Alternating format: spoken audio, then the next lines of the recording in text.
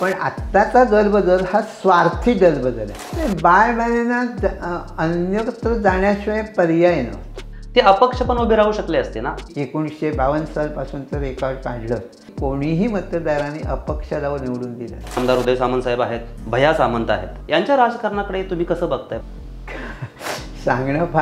सांगायला ओपनली हरकत नाही. रत्नागिरी जिल्ह्यातल्या काँग्रेसने कधीही जनसंघाचा अपमान केला नाही किंवा जनसंघाच्या उमेदवारांचा अपमान केला नाही. आज तुम्ही फक्त पुतळ्यांची बाग उभारून रत्नागिरी जिल्ह्याचे किंवा रत्नागिरी शहराचे प्रश्न सुटणार नाही आहेत. अविनाश लाड हे हातणकरांच्या बरोबर काम करणारे ग्रस्त. काँग्रेसने त्यांना का तिकीट दिलं नाही? राजन साळवी हे एक हाडाचे कार्यकर्ते, शिवसेनेपेक्षाही की ते त्यांच्या स्वकर्तृत्वावरती. तेव्हापासून आजपर्यंत तेच फक्त प्रकल्पांच्याच मुद्द्यांवर निवडणूक, प्रकल्पाचेच मुद्दे, दुसरे विषयच कधी घेतले नाही की याच्या व्यतिरिक्त विकासाचे मुद्दे मग कोकणात असे नाहीत. असे केसरकरांना अडचणीत आहे, उदय सामंत अडचणीचे आहेतच. म्हणजे मी जो फिरतो त्याच्यावरून मी हे ठामपणे सांगू शकतो की ते निवडणुकीच्या दृष्टीने चांगल्याच अडचणीत आहेत. भास्करराव जाधव आणि कदम दादागिरीच्या याच्यावरती मतदान करून घे. बाळासाहेब ठाकरे शिवसेनेला पाठिंबा मिळण्याची शक्यता दिसते. Largest single party BJP. नमस्कार, मी प्रदीप शिवगण. बॅक टू बेसिकमध्ये तुम्हा सर्वांचं पुन्हा एकदा स्वागत आहे. सध्या महाराष्ट्रभर विधानसभा निवडणुकीचे वारे वाहत आहेत आणि आपल्या सगळ्यांना माहीत आहे कोकणातले वारे जास्त दमट असतात. तर बघूया इथली राजकीय वारे काय आहेत. एकूणच निवडणूक, राजकारण, उमेदवार या सगळ्यांबद्दलच तज्ज्ञांचं मत काय आहे किंवा राजकीय विश्लेषण तज्ज्ञांचं काय सांगतं आहे हे बघण्यासाठी आज आम्ही आलेलो आहोत. ज्येष्ठ पत्रकार, राजकीय विश्लेषक अरविंद कोगजे सर यांच्याकडे. Kogje sir, back to basic या कार्यक्रमात तुमचं स्वागत आहे. नमस्कार. या कार्यक्रमाचं स्वरूप जरा वेगळं आहे. जनरली असे विषय असले की आपण एकूण महाराष्ट्र किंवा राजकारण म्हणजे कसं चाललं आहे, काय निवडणुकांचं स्वरूप वगैरे वगैरे चर्चा करतो. या कार्यक्रमाचं स्वरूप आहे की सामान्यांना जे प्रश्न पडतात, एकूणच मतदार म्हणून म्हणा किंवा आत्ताच्या राजकीय परिस्थितीकडे बघून त्याच्यावर चर्चा करणारा हा कार्यक्रम आहे.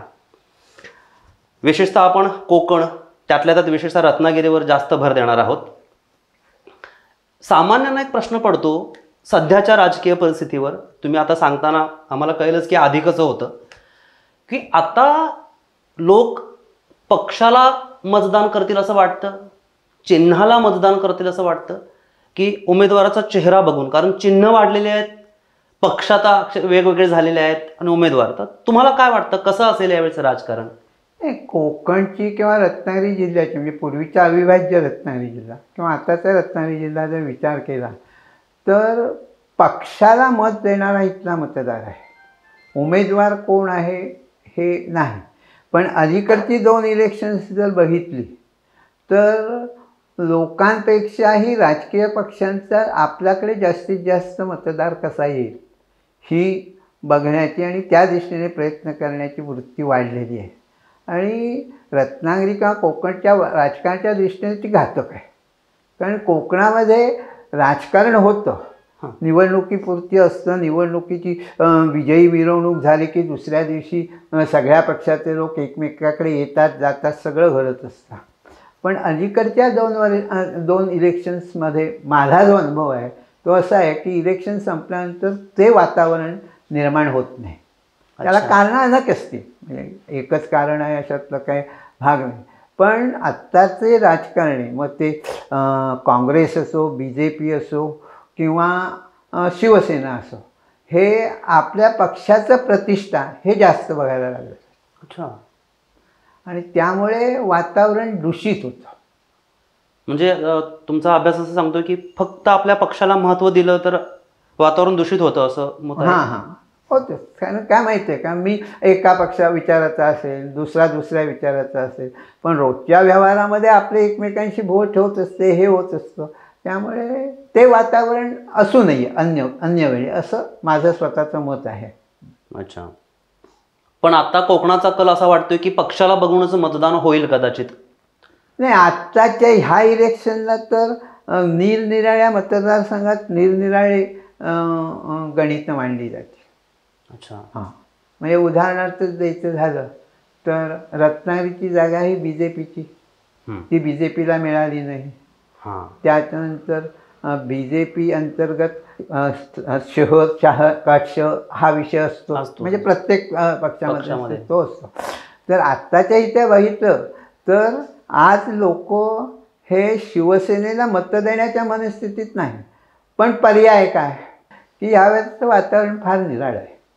अच्छा. हां, निराळा म्हणजे कुठल्या कुठल्या बाजूनी आहे वगैरे सांगता येईल की नाही निराळा आहे म्हणजे आत्ता तर लोक असं दिसतं की म्हणजे रत्नागिरी विधानसभा मतदारसंघात बघितलं तर शिवसेनेला, बाळासाहेब ठाकरे शिवसेनेला पाठिंबा मिळण्याची शक्यता दिसते आत्ताच्या भाषेत. पण अन्य कारण परत त्याला पाठिंबा देणं म्हणजे काँग्रेस त्यांच्या बरोबर आहे, आहे. शरद पवार काँग्रेस आहे, आणि इथले जे छोटे छोटे दलित पक्षाचे पक्ष जे आहेत, हं. म्हणजे रिपब्लिकन आठवले गट सोडा, पण गवई गट किंवा हे सगळे काँग्रेस म्हणजे त्यांच्याबरोबर असल्यामुळे थोडं वातावरण त्यांना अनुकूल होईल असं वाटतं. निश्चितता सांगा, कारण अजून 8 दिवस आहे. 8 दिवसात प्रचाराची दिशा कशी असेल, काय असेल हे सांगता येत नाही. हां. काही वर्षांपूर्वी असं म्हटलं जायचं की कोकण हा एक बालेकिल्ला आहे. हां, मग एकदम सुरुवातीच्या काळात काँग्रेसचा असेल किंवा नंतरच्या काळात शिवसेनेचा असेल, याच्याकडे तुम्ही कसं बघताय? काय अनुभव आहे यांना मागचा? स्वातंत्र्य लढ्यामध्ये कोकणाचा सहभाग मोठा होता. मग मोरोपंत जोशी असतील, शिरोडकर असतील सावंतवाडीचे, किंवा चिपळूणचे दादासाहेब खातू असतील, ही बडी माणसे ही स्वातंत्र्य लढ्यामध्ये सक्रिय असलेली भाग आहे. आणि त्यात कोकणचे गांधी म्हणून ओळखले जाणारे आप्पासाहेब पटवर्धन हं. हे तर त्याचे नेतृत्व करत होते. हो. त्यामुळे 1952चं इलेक्शन हे काँग्रेसमयच होतं आणि ते आकडेवारून सिद्ध होतं. त्याच्यानंतर 57च्या इलेक्शनला मुंबईसह संयुक्त महाराष्ट्राचा विषय आला. हो.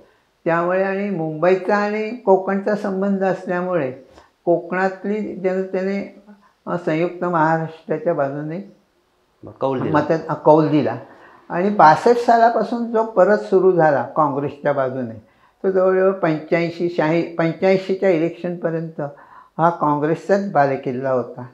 आणि त्यावेळेला कशी मतदान हे 2 किंवा 3 टप्प्यात, त्यामुळे मुंबईचं मतदान शेवटला असल्यामुळे मुंबईचा जो चाकरमानी आहे तो कोकणात येऊन कोकणातल्या लोकांकडून मतदान करून घेत असे. मग तो कधी काँग्रेसला असेल, कधी समाजवादी पक्षाला असेल, कधी जनसंघाला असेल, आताच्या बी जे पीला असेल, असं लोकांना असून घ्या. म्हणजे त्यावेळच्या परिस्थितीत म्हणजे तुम्हाला त्याचं एक उदाहरण देतो की भारतीय मजदूर संघ ही जी कामगार संघटना आहे, ती संघटनेने मुंबईमध्ये घरेलू कामगार नावाची एक संघटना बांधली. बरं. ह्या घरेलू कामगारामध्ये कोण होतं आहे तर कोकणातले जे मुंबईत गेलेले कामगार आहेत, मग तो कोणाच्या तरी घरात काम करत असेल, कोणाच्या तरी दुकानात काम करत असेल वगैरे, ह्या लोकांची त्यांनी संघटना बांधली. रमणभाई शहा म्हणून त्यावेळेला भारतीय मजदूर संघाचे हे होते, त्यांनी ती बांधली. आणि मुंबईला मोठ्या प्रमाणामध्ये त्याने एक मेळावा घेतला. जवळ 1.5-2 लाख, म्हणजे त्या मेळाव्याला मी उपस्थित होतो बलवंतचा प्रतिनिधी म्हणून, त्यामुळे लोक उपस्थित होते. आणि नंतर आलेल्या इलेक्शनमध्ये त्यावेळच्या जनसंघाची मतं 22,000वरून जवळजवळ 30-32,000वरती गेली. म्हणजे मुंबईच्या राजकारणाचा कोकणवर परिणाम आहे, तसा कोकणच्या राजकारणाचाही मुंबईवर परिणाम आहे. आणि हे मी सांगतो म्हणून नव्हे, हे ऑन द रेकॉर्ड आहे, तसं काय हे नाही. नाहीतर पूर्वी काय निवेंडकर उभे आहेत ना, मग 15-20,000 मतं ठेव. पण असं असलं तरी रत्नागिरी जिल्ह्यातल्या काँग्रेसने कधीही जनसंघाचा अपमान केला नाही किंवा जनसंघाच्या उमेदवारांचा अपमान केला नाही, किंवा समाजवादी पक्षाचा अपमान केला नाही किंवा समाजवादी पक्षाच्या उमेदवाराचा अपमान केला. दोघं जे एकमेकांना सन्मान देत होते राजकीयदृष्ट्या, तो त्यांनी पाळला. ती परंपरा आहे. पण आज ती परंपरा पाळली जात नाही, ह्याचं दुःख आहे. कुठल्या पक्षाकडून?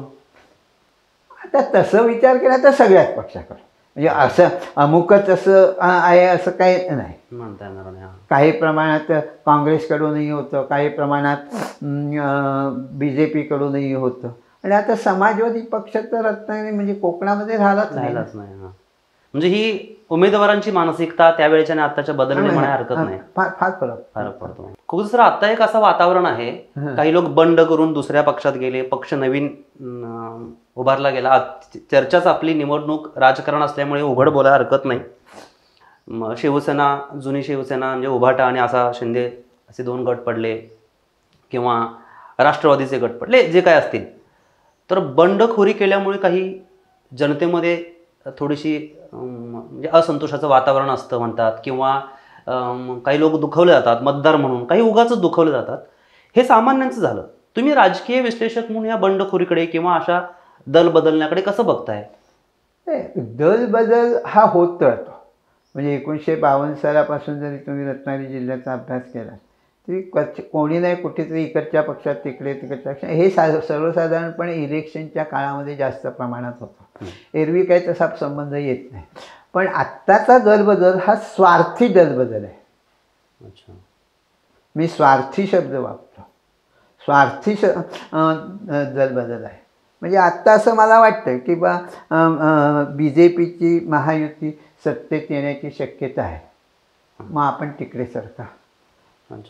मला असं वाटलं तर की नाही, आता जिल्हा परिषद इलेक्शन लागलं नाही, ह्या खेपेला काय हे सगळं नाही, परत काँग्रेस येण्याची शक्यता आहे, लोक तिकडे जातील. म्हणजे पूर्वी जी पक्षावर निष्ठा होती की पक्षतत्वावर जी निष्ठा होती ती आता तशी फार प्रमाणात कुठे नाही. म्हणजे दल बदलणं म्हणा किंवा बंडखोरी करणं त्याला राजकीय इतिहास आहेच, त्यात काही तसं वाईट वाटायची आवश्यकता नाही.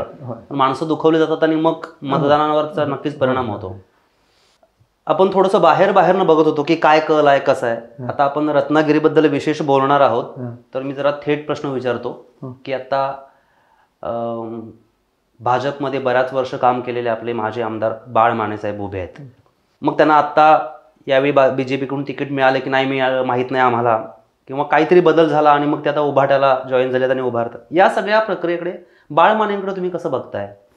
बाळ मानेंना अन्यत्र जाण्याशिवाय पर्याय नव्हता. बरं. कारण परिस्थिती अशी होती की लोकसभा इलेक्शनच्या वेळेला जेव्हा चर्चा झाल्या त्यावेळेला असं वरिष्ठांकडून सांगितलं जात होतं की ही सीट काही झालं ती ह्यावेळेला आम्ही भाजपला घेणार. आता भाजपला घेणार म्हटल्यानंतर पर्यायाने उमेदवार समोर तर बाळ मानेच होते, अन्य कोणी असू शकतील, त्यावेळेला झालं असतं. पण त्यावेळेला रत्नागिरी जिल्ह्यातल्या भाजपाची भूमिका अशी होती पदाधिकाऱ्यांची आणि कार्यकर्त्यांची की तिकीट कोणाला द्यायचं ते नंतर बघू आपण, पण ही सीट ही भाजपाची आहे, ती भाजपाला मिळाली पाहिजे. गुहागरची सीट ही भाजपाची आहे, भाजपालाच मिळाली पाहिजे. आणि देवगडची ते आहेच, त्यामुळे काही तो हे नाही. तर ह्या 3 सीट्स आम्हाला मिळायला पाहिजे तसा तो आग्रह होता. पण राजकारणाच्या प्रेशराईजमध्ये ते घडलं नाही. मग पर्याय काय? त्यात दुसरं एक असं अनेक जण मला विचारतात की संघ परिवाराशी आणि माझा संबंध लहानपणापासून असल्यामुळे, तर ह्यावेळेला संघ परिवारालाही असं वाटत होतं की ही सीट भाजपाने लढवावी आणि भाजपाला आपण हे करावं. त्यामुळे आत्ताच्या परिस्थितीमध्ये संघ परिवाराची भूमिका ही निश्चित काय आहे हे अजून स्पष्ट झाली नाही. अच्छा. आणि ती इलेक्शनला 4 दिवस असल्याशिवाय असतील त्यावेळेला ती स्पष्ट होईल, पण ती देखील ओपनली होणार नाही. म्हणजे असं म्हणतो खुला, म्हणजे संघ परिवाराने आदेश काढला की ह्या खेपेला आमच्या पक्षाला मत द्या म्हणून, असं होणार नाही. ती त्यांची जी यंत्रणा पहिल्यापासून बसलेली आहे त्या यंत्रणेच्या माध्यमातून कदाचित आत्ता आदेशही गेले असतील, म्हणजे निरोपही गेले असतील, पण ते काय आपल्याला माहिती नाही. म्हणजे मी जरी किती संघ परिवाराशी जवळ असलो तरी इतका जवळ नाही की बा ते मला सांगतील की अमुक झालं म्हणून हे झालं. आणि लहानपणापासूनच माझा संघ परिवाराशी संबंध आला. म्हणजे मी पत्रकारितेत आल्यानंतर मला अनेकांनी हे संघ परिवाराचं कारण सांगून त्रास देण्याचा प्रयत्न केला आणि अजूनही देतात. पण मी असं ठरवतं की पत्रकारितेच काम करायचं, मग ते निष्पक्षच असं पाहिजे. अगदी माझं मत कोणाला द्यायचं ते मी देईन.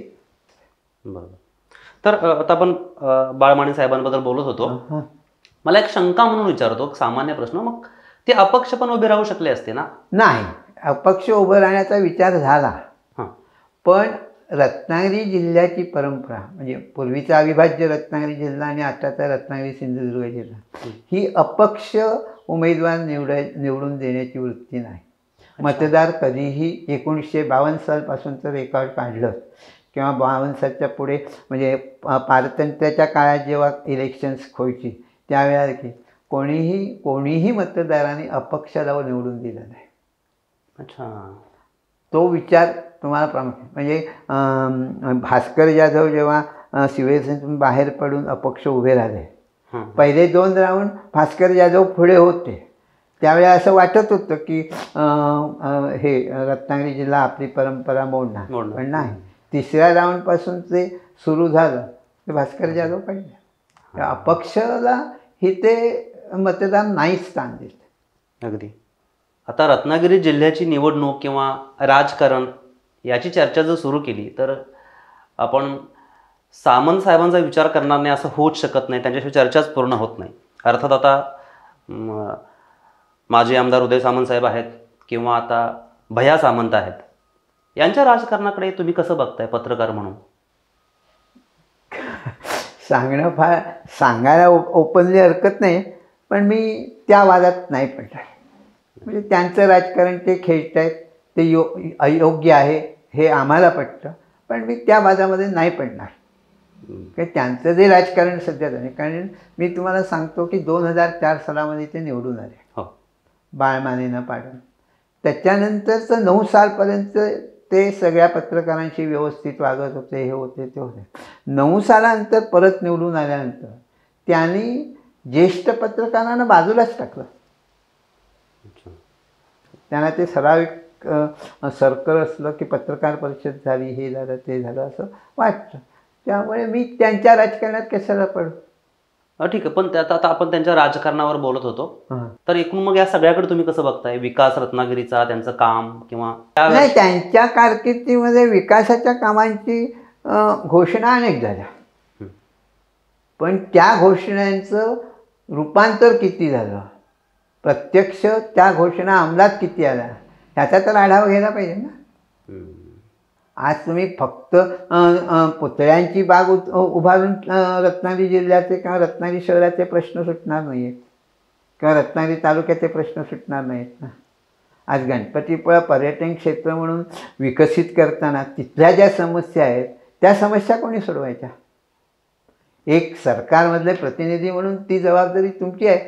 तुम्ही रत्नागिरी तालुक्यातून निवडून आलेला आहात, त्यामुळे तुमची ती जबाबदारी मोठी आहे. पण आम्ही जे आत्ता फिरतो त्याच्यावरून असं दिसत नाही की गणपतीपुळ्याचे हे प्रश्न सुटलेत म्हणून. आणि तुम्ही सतत 4थ्यांदा हे इलेक्शन लढवत आहे असं नाही. 2004, 2009 आणि 2014 आणि आता हे 2024 1924. मग 4th-5वं इलेक्शन तुम्ही लढवत आहे आणि तेच जर प्रश्न आम्ही करू म्हणून सांगणार असाल तर ते चुकीचं आहे. आणि आत्ताची म्हणजे आम्ही ज्या वेळेला पत्रकारिता 69 सालामध्ये सुरू केली त्यावेळेला जाहीर सभेचं महत्त्व होतं. आता कसं व्हॉट्सअप आणि ह्या अन्य गोष्टीमुळे सोशल मीडिया ते महत्त्व कमी झालं. आता राजापूरच्या बाबतीत तुम्ही सांगा, राजापूरमध्ये अविनाश लाड अपक्ष म्हणून उभे आहेत. अविनाश लाड हे हातणकरांच्या बरोबर काम करणारे गृहस्थ, चांगला म्हणजे कुणबी समाजामध्ये काम करणारा एक चांगला गृहस्थ. म्हणजे शामराव पेजी पूर्वी होते, मामी भुवड होत्या किंवा हातणकर होते, अशा ह्याच्यामुळे तितक्या दर्जाचं असेल पण चांगलं काम करणारा होता. काँग्रेसने त्यांना का तिकीट दिलं नाही? काँग्रेसने त्यांच्यासाठी का ही मागितली नाही जागा? ज्या वेळेला काँग्रेसच्या इथल्या स्थानिक नेत्यांशी माझी चर्चा झाली तेव्हा मी त्यांना असं म्हटलं की तुम्ही जर सीट लढवलीत आणि खलपेबाईंना जर तुम्ही उमेदवारी दिलीत तर तुम्हाला निवडून येण्याचे चान्सेस जास्त आहेत. अच्छा. हे माझं रिडिंग मी त्यांना सांगितलं. मी जे फिरलो ते असं की कारण लोकांना हवं होतं ते. आणि तसा विचार केला तर पूर्वी समाजवादी असला तरी नंतर हातणकरांनी राजापूर विधानसभा मतदारसंघ हा काँग्रेसमय केला हो. अच्छा. शामराव पेजेंनी रत्नागिरी तालुका हा काँग्रेसमय केला. बरोबर. मामी भुवनने तेच केलं ना. किंवा चिपळूणमध्ये निकम असतील किंवा त्याच्यापूर्वीचे बाळासाहेब सावंत असतील, ह्या लोकांनी केलं ना. आज आपण पर्यटन विकासाच्या गोष्टी बोलतो किंवा चर्चा करतो, पण पर्यटन विकास झालाच पाहिजे कोकणचं हे ठामपणे असेंब्लीमध्ये आणि विधान कॅबिनेटमध्ये बेरोसेनीच सांगितलं. आणि बेरोसेने हे मुख्यमंत्र्यांना हे पण सांगितलं, तुम्ही जर हे करणार नसाल तर माझा हा राजीनामा घ्या. अच्छा. असा त्याग करणारा आज कोण दिसत नाही ना. आणि त्यांना मालतीबाई वैद्य म्हणून एक शासकीय अधिकारी होत्या, मला कदाचित माहिती असतील, IAS ऑफिसर होत्या. त्या पर्यटन विकास महामंडळाच्या त्यावेळेला संचालक होत्या. आणि त्या दोघांनी मग शासनाने निधी दिल्यानंतर रत्नागिरी आणि सिंधुदुर्ग जिल्ह्यामध्ये पर्यटनाचा व्यवसायाचा पाया घालायला सुरुवात केली. अच्छा. हे नाही विसरू ना. ते कुठच्या पक्षाचे तर हा प्रश्नच नाही ना. आणि ते तर अगदी 100% काँग्रेसचे होते. काँग्रेसशिवाय त्यांनी कधीच विचार केला नाही. पण तो विचार करताना त्यांनी रत्नागिरी जिल्हा, त्यावेळेला अविभाज्य रत्नागिरी जिल्हा होता, नंतर मग सिंधुदुर्ग जिल्हा झाला, पण त्यांनी काम केलं, ते घातला तो पाया. ठीक आहे. आता मध्येच आपण लाडसाहेबांचा विचार केला, राजापूर मतदारसंघ, तिकडे असं सोशल मीडियावर आम्हाला दिसतं किंवा एकूणच भैया सामंत साहेबांची पोच लोकांपर्यंत जास्त आहे, लोकप्रिय व्यक्तिमत्व आहे, असं एक वारं वाटतं. तुमचा अभ्यास काय सांगतोय? मी तसं वैयक्तिक काय बोलणार नाही, कारण माझं मत काय असेल काय माहिती आहे का, की RD सामंत ज्या वेळेला प्रथम रत्नागिरीमध्ये आले आणि पालीला त्यांनी साबणाचा कारखाना, खादी ग्रामोद्योग तसा, तेव्हापासून मी त्यांना बोलतो आहे. त्याच्यानंतर मी आणि श्री खंडे एकत्र पत्रकारिता करत असताना अनेक वेळा त्याने म्हणजे कामाच्या निमित्ताने वगैरे त्यांना भेटलं. पण तो स्वभाव, त्यावेळचा स्वभाव आणि ह्यावेळच्या स्वभावात आम्हाला आता भयंकर तफावत वाटतं. बरं, ठीक आहे. राजन साळवी साहेबांबद्दल बोलूया. राजन साळवी हे एक हाडाचे कार्यकर्ते. म्हणजे पक्ष कोणता हा विषय नाही, पण समाजामध्ये ज्या घटना घडतील त्याची दखल घेऊन काहीतरी करणं, समाजासाठी काही करणं, अशा वृत्तीचा मनुष्य आहे. म्हणजे पहिल्यापासून त्यांचे वडील एवढे काही राजकारणामध्ये किंवा समाजकारणामध्ये नव्हते, पण ते पडले त्याच्यात. आणि ते त्यांच्या शिवसेनेपेक्षाही माझं मत असं आहे की ते त्यांच्या स्वकर्तृत्वावरती हे झाले. आता त्यांच्यात आणि आमच्यातही राजकीयदृष्ट्या काही मतभेद आहेत, पण ते कधी असं दाखवत नाहीत किंवा आम्ही कधी दाखवत. पण एक गोष्ट निश्चित आहे, ते त्यावेळचे आप्पा साळवी किंवा जयसिंग चव्हाण ह्या लोकांनी त्यावेळेला शिवसेना उभी राहावी म्हणून किंवा बाळासाहेबांची सभा यशस्वी व्हावी म्हणून केलेले कष्ट आम्ही डोळ्यांनी पाहिलेत ना. इतके कष्ट कोण करतोय आता? म्हणजे आप्पा साळवी जेव्हा प्रथम शिवसेनेतर्फे रत्नागिरी विधानसभा मतदारसंघात उभे राहिले, तेव्हा ते आणि त्यांच्याबरोबर 5 ते 10 लोक शिवसैनिक हो, त्यांनी संबंध रत्नागिरी शहर पायाखाली घातलं होतं प्रचारासाठी. तालुक्यात फार फिरू शकले नाहीत, पण त्याचा थोडा बहुत फायदा त्यांना झाला ना, मत मिळाला. मुद्दामच काही नावं घेऊन विचारली मतं म्हणून. अनेक खरं तर जिल्ह्यात नावं घेण्यासारखी आहेत. भास्करराव जाधव आहेत, शेखर निकम साहेब आहेत, सगळ्यांचे मुद्दाम घेतले नाही, ठराविकच घेतले, कारण त्यांच्याचबद्दल आता राजकारण तापलेलं आहे. एक त्याचं उदाहरण सांगतो. ज्या वेळेला कुसुमताई अभ्यंकरना प्रथम विधानसभेची निवडणूक लढवली, त्यावेळेला रत्नागिरी तालुका महिला प्रतिनिधित्व स्वीकारेल का, हा एक चर्चेचा विषय होता. त्यावेळच्या जनता पक्षातर्फे म्हणून त्या उभ्या राहिल्या, पण जनता पक्षातल्या सगळ्याच लोकांचं त्यांना समर्थन होतं असं नाही. पक्षाचा आदाय आहे, मिळाला वेळ तर करायचं वगैरे वगैरे. पण त्यांच्यासाठी पावसेचे एक डॉक्टर अनिल सोहोनी म्हणून होते, हां जनसंघाचं काम करणारे. त्याने जी पावस जिल्हा परिषद मतदारसंघामध्ये त्या निवडून यासाठी घेतलेली मेहनत आहे ना, नाही विसरू शकत आम्ही. म्हणजे पत्रकार म्हणूनही नाही आणि मतदार म्हणूनही नाही. वा. आणि त्यावेळेला 500 मताने त्या निवडून आल्या. आता कुसुमताईंचा विषय निघालाच म्हणून हा प्रश्न होताच पुढचा माझा, की एकूणच कोकणाचा विचार केला तर महिला प्रतिनिधी कधी का नसते, काय कारण असावं? नाही, तसं कोण महिला प्रतिनिधी येत नाही पुढे. म्हणजे काँग्रेसने मामी भुवनना संधी दिली. मामी भुवड 2दा-3दा निवडून आल्या, त्यांनी प्रतिनिधित्व केलं. आणि त्याने नाही म्हटलं तरी कोण काही म्हणो, पण कुणबी समाजातल्या महिलांचे प्रश्न मांडण्याचा त्यांनी प्रयत्न केला, शासनापर्यंत पोहोचवण्याचा प्रयत्न केला. त्याच्यानंतर मग कुसुमताईंना संधी मिळाली. आणि मध्यंतरीच्या काळामध्ये नाही कोणाला संधी मिळाली ही गोष्ट. आता का म्हणजे राजकीय पक्षांनी त्याचा का विचार केला नाही हे अभ्यास करण्याचा विषय आहे. मी आत्ता तुमच्याशी बोलायच्या आधी जेव्हा अभ्यास करत होतो, काही लोकांशी बोललो, तेव्हा बघतोय की गेली काही वर्षांमध्ये निवडणुकीचे काही टर्म्स म्हणून मुद्दे काय आहेत निवडणुकीचे, तर अमुक प्रकल्प येणार आहे, अमुक प्रकल्प येणार आहे, त्याला विरोध करणार आहेत. इथे MIDC बनते की तिला विरोध करायचा, कुठला प्रकल्प आला यायचा की नाही, असं गेली कित्येक वर्ष याच मुद्द्यांच्यावरती म्हणजे हायलाइटेड मुद्दे म्हणून निवडणुका होत आहेत. तर हे कितपत योग्य वाटतंय तुम्हाला? आणि अजून काही विकासाचे मुद्देच नसावे? आताचा जो तरुण मतदार आहे तो ह्या असल्या गोष्टींवरती विश्वास ठेवतो असं मला वाटत नाही. ते आपणाला रोजगार इथे हवा असेल, आपणाला काय करायचं असेल तर इथे उद्योग यायला पाहिजे अशा वृत्तीचा तो आहे. पण पूर्वीपासून कसं झालं आहे की ॲल्युमिनियम प्रकल्पाची सर्वात प्रथम घोषणा झाली आणि तो घोषणा होऊन जागा घेऊन वगैरे झाली, पण तो प्रकल्प झाला नाही. आता त्याला कारणं काय, त्यावेळेचे लोकप्रतिनिधी अपुरे पडले असतील, काही असेल त्याच्यामध्ये काय. त्यावेळेला आम्ही पत्रकारिता नुकतेच होतो, त्यामुळे इतकं अभ्यास करायची ही पण नव्हतं. पण ते आहे. तेव्हापासून कसं होतं माहिती का, की प्रकल्प तुम्ही जाहीर करता येत नाहीत, ही जी लोकांची मानसिकता आहे. मग तो येणारच नसते तर मग आपण प्रथमच विरोध केलेला काय वाईट, पण ते चुकीचं आहे. आणि ही चूक आता आत्ताच्या तरुण सुशिक्षित तरुणांच्या लक्षात यायला लागेल. म्हणजे तो एखाद्यानं जर विरोध करायचा म्हटलं तर तो त्याची बाजू मांडण्याचा प्रयत्न तरी करतो.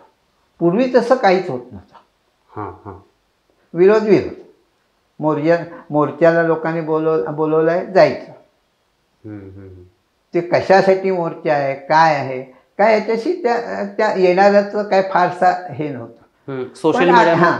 पण त्यामुळे कसं नाही म्हटलं तरी हे बाबूराव जोशी किंवा अच्युतराव पटवर्धन, शेखरकरांचे वडील म्हणजे गोविंदराव निकम, डॉक्टर तात्या नातू, अशा लोकांनी रत्नागिरी जिल्ह्यामध्ये शिक्षणाचा जो प्रसार केला, म्हणजे शिक्षण संस्था स्थापन करून हायस्कूल काढणं, हे करणं ते करणं, त्याच्यात त्याचं हे फळ आत्ता आहे. अच्छा. नाही, पण माझा प्रश्न असा होता की तेव्हापासून आजपर्यंत तेच फक्त प्रकल्पांच्याच मुद्द्यांवर निवडणूक, प्रकल्पाच्याच मुद्द्या, दुसरे विषयच कधी घेतले नाहीत. नाही, पण माझा मुद्दा तोच होतो की याच्या व्यतिरिक्त विकासाचे मुद्दे मग कोकणात असे नाहीत, असे कधी चर्चेलाच गेले नाहीत फारसे. काजू लागवडीचा विषय चर्चेला गेला, काजू लागवड झाली, म्हणजे कणकवलीत प्रथम बाळासाहेब सावंतांनी कृषी मंत्री असताना तो प्रकल्प आणला, यशस्वी करून दाखवला, नंतर त्याचा प्रसार झाला. कोकण कृषी विद्यापीठ आल्यानंतर काही प्रमाणामध्ये अशा कोकणाच्या फळांच्या बाबतीत वगैरे असं कामं व्हायला लागली. पण तसा हा इलेक्शनचा इश्यू केला पाहिजे, लोकांचं मत ह्या विषयात काय पाहिजे, असं कधी घडलं नाही. आणि ते कुठच्याच राजकीय पक्षांनी केलं नाही. म्हणजे ना काँग्रेसने करण्याची शक्यता नव्हती, कारण ते सत्तेत होते. पण समाजवादी पक्षानेही केला नाही, त्यावेळच्या जनसंघाने किंवा आताच्या BJPने पण केला नाही. ठीक आहे, आपण सगळ्याच मुद्द्यांना थोडं हात घातलेला आहे आणि जाणून घ्यायचा प्रयत्न केला आहे की काय विश्लेषण म्हणतं. म्हणून आता आपण पक्षवाईज जर विचार केला आपण, तर एकूण कोकणाचा कल कसा वाटतो तुम्हाला? कुठल्या पक्षाच्या बाजूने असेल किंवा कुठल्या उमेदवाराच्या बाजूने असेल किंवा काय सांगता येईल? म्हणजे दापोली म्हणजे मंडणगड टू सावंतवाडी बांदा असा जर विचार केला तर ह्यावेळचा कल हा संमिश्र असेल. आता उदाहरण द्यायचं झालं तर शेखर निकमाला निवडून यायला काय अडचण नाही आहे. बरोबर. म्हणजे राष्ट्रवादीचे ते येते, पण खाली केसरकरांना अडचणीच आहे सावंतवाडीकडे. हे ते नाही म्हटलं तरी उदय सामंत अडचणीचे आहेतच आणि चांगल्या अडचणीत आहेत. म्हणजे मी जो फिरतो त्याच्यावरून मी हे ठामपणे सांगू शकतो की ते निवडणुकीच्या दृष्टीने चांगल्याच अडचणीत आहेत. अच्छा. भास्करराव जाधव आणि कदम हे आपल्या दादागिरीच्या याच्यावरती मतदान करून घेते. मी दादागिरीच शब्द वापरतो की कदाचित त्याच्यावरती माझ्या टीका होईल, हे होईल, पण हे लोक सरळ नेतो. म्हणजे राजकारणासाठी राजकारण करा, त्याच्याबद्दल आमचं काय म्हणणं नाही. आता इलेक्शन आहे, इलेक्शनचं राजकारण होणार, हो, पण इलेक्शन संपल्यानंतर ते कशाला उकरत बसायचं ना. ओके. म्हणजे उमेदवारांच्याशी निगडीत हे सगळं आहे. हां, पक्ष असं बोलता येणार नाही की बाबा बीजेपी येईल किंवा शिवसेनाचं येईल असं नाही म्हणता येणार. तुम्हाला काय वाटतं कोकणाच्या राजकारणावर महाराष्ट्राचं जे राजकारण चाललेलं असतं त्याचा प्रभाव पडतो? काही प्रमाणात पडतो. अच्छा. म्हणजे उदाहरण द्यायचं झालं तर मुंडे ज्या वेळेला किंवा मुंडे महाजन वगैरे ज्या वेळेला नेते होते तेव्हा ते जे महाराष्ट्राचं राजकारण करत होते त्याच्यावर परिणाम रत्नागिरी जिल्ह्याच्या राजकारणावर होत असे आणि त्याचा साक्षीदार बाबा परुळेकर आहेतच. आणि बाबा परुळेकर आणि मुंडेंचं तर इतकं घट्ट होतं की तुम्हाला हे माहीत आहे. हे मुंडेंची माझी पण ओळख आहे. तसंच कुसुमताईंनी देखील काही प्रकल्प आणावेत यावेत ह्यासाठी प्रयत्न केले, पण त्यांच्या प्रकृतीने त्यांना फारशी मोठी साथ दिली नाही. तसं विचार केला तर ते लवकरच गेल्या. आणि मग पक्षांतर्गत म्हणण्यापेक्षा त्यावेळेला जनसंघाच्या लोकांना, जनता पक्षाच्या लोकांनी फार त्रास दिला, सरळ काम करू दिलं नाही. म्हणजे रत्नागिरी जिल्ह्यात तर ते मी पाहिलंच आहे. एक चव्हाण, भिकारीराव चव्हाण सोडले तर बाकी सगळ्या समाजवाद्यांनी त्यावेळचे जनसंघाचे जे नेते होते रत्नागिरी जिल्ह्यात त्या सगळ्यांना केला. म्हणजे थोडाफार का असे ना परिणाम होतोच एकूण याचा. महाराष्ट्राचाच कल काय वाटतो तुम्हाला थोडा? आता मला महाराष्ट्राच्या दृष्टिकोनातून असं वाटतं की लार्जेस्ट सिंगल पार्टी BJP आणि त्या साधारणपणे 115-120 सीट असते. अच्छा. आणि त्याच्यानंतर काँग्रेस असेल. बरं. त्यावेळेला काँग्रेसला वातावरण फार अनुकूल आहे आणि नाही म्हटलं तरी काँग्रेसचे नेते जे आत्ताचे आहेत, नाना पटोले सोडले तर अन्य, हे तसं बॅलन्स आहेत. म्हणजे काहीतरी बोलायचं म्हणून बोलतायत वगैरे असं हे नाही हे. त्यामुळे सेकंडला हे येते. आता त्याच्यात राजकारणाचा दुसरा भाग असा आहे तर देवेंद्र फडणवीसना मुख्यमंत्री होऊच द्यायचं नाही असा जर विरोधकांचा डाव असेल, आणि असू शकतो त्याच्यामध्ये काय, कारण नाही म्हटलं तरी ते विरोधकांना पुरून उरलेले आहेत, त्यामुळे तो असू शकतो. तर मग त्या वेळेला शिंदे गट, अजितदादा गट, काँग्रेस, राष्ट्रवादी काँग्रेस आणि अन्य असे एकत्र येऊन सरकार स्थापन करण्यासाठी प्रयत्न करण्याची शक्यता आहे. होय, दोन्ही म्हणजे हे मी तुम्हाला सांगतो. म्हणजे कसं, मी दिवाळीच्या निमित्ताने मुंबईत गेलो होतो. बरं. तेव्हा मुंबईत जे आपले जुने पत्रकार ओळखीचे आहेत आणि ते हल्ली बरेचसे सगळे सेवानिवृत्त पत्रकार ठाण्याला राहतात. अच्छा. हां, आणि त्यांच्याकडे माझे फोन नंबर होते. ते त्यांच्याशी संपर्क साधल्यानंतर आणि चर्चा केल्यानंतर माझ्या हे लक्षात आलं, कोकणात विशिष्ट पक्षाचं सरकार आलं तर कोकणाचा विकास होऊ शकतो किंवा विशेष उमेदवार आले तर होऊ शकतंय, अशी काही चर्चा सुरू असते. तर तुम्ही याच्याकडे कसं बघताय? नाही, मी सांगू का की 1962 सालापासून मी बघतोय, म्हणजे 69 सालामध्ये मी पत्रकारितेत आलो, पण 62मध्ये म्हणजे माध्यमिक शाळेत शिकत असतानापासून वर्तमानपत्र वाचणं हे ते सगळं माझं झालं. पण तसं निवडून आलेल्या कुठच्या व्यक्तीने कोकणसाठी असं काही खास केलं आहे हां हां असं घडलं नाही. आता प्रभू गावकरनी JK फाईल्स आणली, एक त्यांच्या नावावरती असल्याचं हे आहे, काम आहे. नाही म्हटलं तरी नारायण राणेंनी रेटून सिंधुदुर्ग जिल्ह्याचं हे विमानतळ पूर्ण करून घेतला. आज आमचा विमानतळ 1967 सालापासून पडू नये. काय विमानतळाची त्या अवस्था आहे. जे प्रकल्प आले होते ते पूर्णत्वाला जातील ह्याच असं काम जर कोणी केलं असतं तर तो फार चांगला झाला असता विषय. तसा प्रयत्न रवींद्र मानेंनी केला.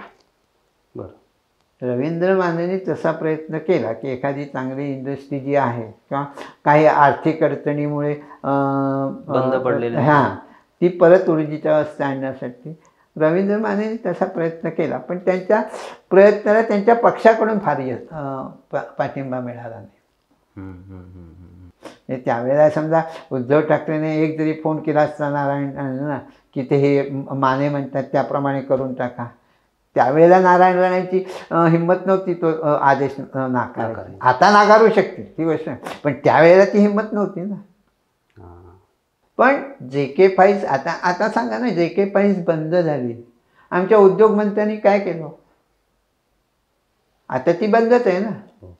आता ती कोणतरी कुठल्या तरी मोठ्या इंडस्ट्रीत येईल, जागा घेईल, तिथे बिल्डिंग बांधतील आणि मोकळे होतील. पण अजूनही तुम्हाला सांगतो की प्रदूषण वगैरे हा जरी विषय असला तरी हितली रत्नागिरीची हिंक किंवा चिपळूणमध्ये ज्या 2-3 केमिकल्स फॅक्टरी आहेत त्यांना कोकण सोडून जायचं नाही आहे. आता त्यांचे जे प्रॉब्लेम्स आहेत ते आता मंत्र्यांनी किंवा लोकप्रतिनिधींनीच समजून घेतले पाहिजेत ना आणि शासनापुढे मांडायला पाहिजेत. हिंकचा काही प्रॉब्लेम आहेत, त्यांचं म्हणणं असं हे प्रॉब्लेम आम्हाला सोडून दिले तर आम्ही विस्तारही करू. हरकत नाही, बऱ्याच मुद्द्यांवर आपण भाष्य केलेलं आहे. तर मंडळी, बॅक टू बेसिक हा जो कार्यक्रम आहे तो नेहमीच सामाजिक घटकांवर बोलत आलेला आहे.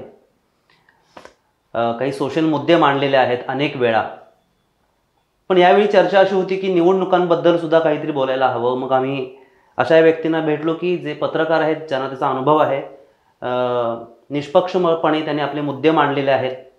इथे कोणी व्यक्तिशः किंवा कुठल्या एका विचाराला किंवा कुठल्या एका पक्षाला काही बोललेलं नाही, तर एकूणच विकासाचा आढावा घेतलेला आहे, एकूणच मतदारांचा कल घेतलेला आहे, राजकीय तेढ जो निर्माण मध्ये होतो त्याच्यावर काही उघड भाष्य केलेलं आहे.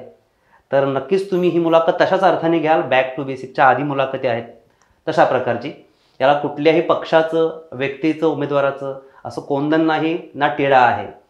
या एकूणच मुलाखतीत तुम्हाला काय मुद्दे आवडले, काय खटकले हे तुम्ही लिहालच, पण तुम्हाला काय अजून जाणून घ्यायचं असेल तर नक्की कमेंटमध्ये लिहा. ही मुलाखत तुम्हाला कशी वाटली हे नक्की कळवा. शक्य झालं तर निवडणुकीनंतर सुद्धा आम्ही कोगदे सरांना भेटू, आम्ही आवडीने अण्णा म्हणतो त्यांना. तर नक्की कळवा आम्हाला आजचा एपिसोड कसा झाला. अण्णा, मुलाखतीला वेळ दिला त्याबद्दल बॅक टू बेसिक धन्यवाद. तर मित्र, पुन्हा भेटू नवीन एक सामाजिक मुद्दा घेऊन. मी Pradeep Shivgan, back to basic. धन्यवाद.